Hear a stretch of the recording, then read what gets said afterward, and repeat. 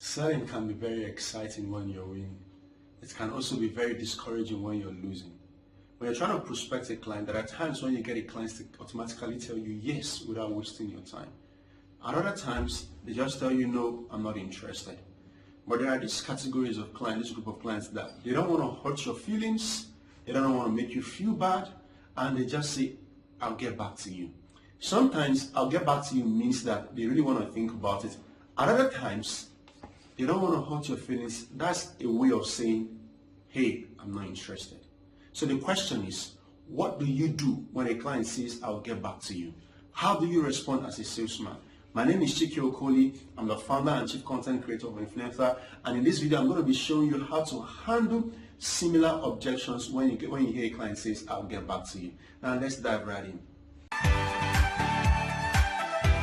Welcome back. My name is Chike Okoli, like I said. So if you're yet to subscribe to this channel, I'd like you to do something. Just go click on the subscription button and turn on notification. I drop video on sales and marketing, on business productivity, on turning whatever you know how to do into a profitable online business. Years back when I started marketing, when I started selling my products, there are this group of clients that when I call them, you tell them what you have to offer over the phone. And at the end of the day, they kind of say, okay, I'll get back to you, I'll get back to you.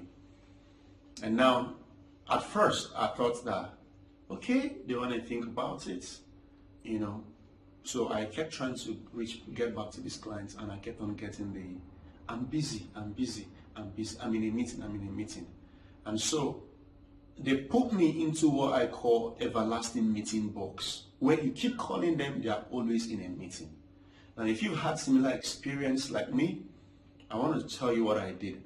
And so when I mastered this, I began to understand that 99% of them were actually trying to just put me away. They didn't want to hurt my feelings, but they weren't coming out to tell me why they were not buying. And so I changed my strategy. And that's what I'm about to teach you right away. And so the question is, what do you do when you're in this situation? There is something I learned from Dan Lok. And I put it to work, I practiced it, and it worked so well for me, and that's what I'm about to share with you right now. Something I need you to understand: prospects lie a lot. They lie a lot.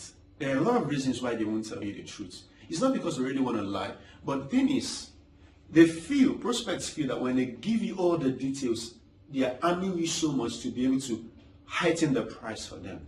And so there are a lot of reasons. They don't want to tell you, okay, they had a bad experience with the other customer. They don't want to tell you the complete details of why they are not purchasing. They don't want to tell you how painful it is, how desperate they are. They feel that once they arm you with this information, they are going to arm you with sufficient weapon to build them higher. And so they are careful. It's all about price for them. And so you need to bear in your mind that prospects, clients, they lie a lot. Once you understand this, you'll be able to dive in and really capitalize on the situation and make your sales go through smoothly. And so when a client says, I'll get back to you, what do? I'm sure that's what you want to learn. When a client says, I'll get back to you, simply say, this is how you approach it anyway. So you call them by their name. Let's say, Mr. Donald. Usually when clients say they'll get back to me, or prospects say they're going to get back to me, 99% of them do not return the call. And usually, some of them is just a nice way of telling me, I don't want to buy. But I'd like to ask you a question. What would it take for us to do business? Is this something that we can work out? I mean, I know there might be concerns and you don't want to hurt my feeling, but let's get down and talk about it. Is it the price? Is it the terms and condition? Is there something that you're not cool with and you're willing to? And so once you open up these conversations like this, prospects, they will be a lot more relaxed. Now, in most cases, a lot of prospects will not be able to come out. They'll still hold on. And so you switch to this method. You say, Mr. Donald, I mean, I understand you don't want to do business at this point, but I need you to help me here. I mean, I'm going to be doing business with other prospects, and I want to better my sales and better my offer. What would you advise me to do going forward? I mean, if I meet regarding my plan, my offers, my terms and conditions. Usually at this point, people naturally like to help people. They will say, I think you guys should work on your price. I think the last guys that came at that point. So in all of this, something you must do is to get them to come out and begin to bring out their objection. If you are talking with a client and there is no objection, you are actually in a danger. There is a popular saying in marketing, where there is no objection, there is no interest. So now when they begin to mutter words like, wow, be grateful because you have gotten a foothold to hold and begin to negotiate further. And so you can go like this. So Mr. Daniel, I mean, if you are giving me this advice, there's a possibility that this has also affected. So if we do something about the pricing, would you be able to go further with this conversation? And they can say, I mean, I initially did not want to buy, but if we do something about it, I can begin to consider it. It has to do with terms. You can also cheat that in. I mean, if we're able to do this, it's a conversation you'll be willing to take forward.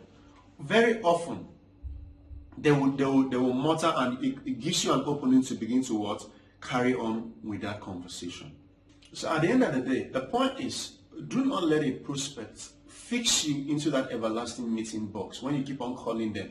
It is better you get a no or a yes, but having them put you into an everlasting box, you want to be able to pull them out of their mind and let you know why they are not taking actions. If they are not willing to, if you know your price wouldn't be able to go below the price, or there are terms and conditions you'll be able to, at that point, you don't want to waste your time trying to get back to this client. You want to walk out from there knowing that there is no possibility of you guys working out, than you having that false hope that you have to keep reaching out to this person, and the person will probably one day, give you an audience and want to buy. The truth is, behind the scene, there are different categories of people. People who are blunt, people who have weak emotions, and people who are nice. Depending on the one, if you meet a nice person, it's going to probably not want to hurt your feelings. If you meet those who are blunt, they're going to tell you. There are people who are weak. They just run around it, and they don't want to tell you the truth. And so you don't want to get them. You don't want to have a prospect put you into an everlasting box. And so I know this is helpful, and if this has been so helpful to you, I'd like to do something for me. Go and click on the subscribe button and turn on the notification, and you get to see videos from me every week. And I hope with these few points of mine, I've been able to convince and not to confuse you that you should never let a client put you in an everlasting box. And whenever his client say, I'll get back to you, they don't necessarily mean that they want to have this conversation further. See you in my next couple of videos.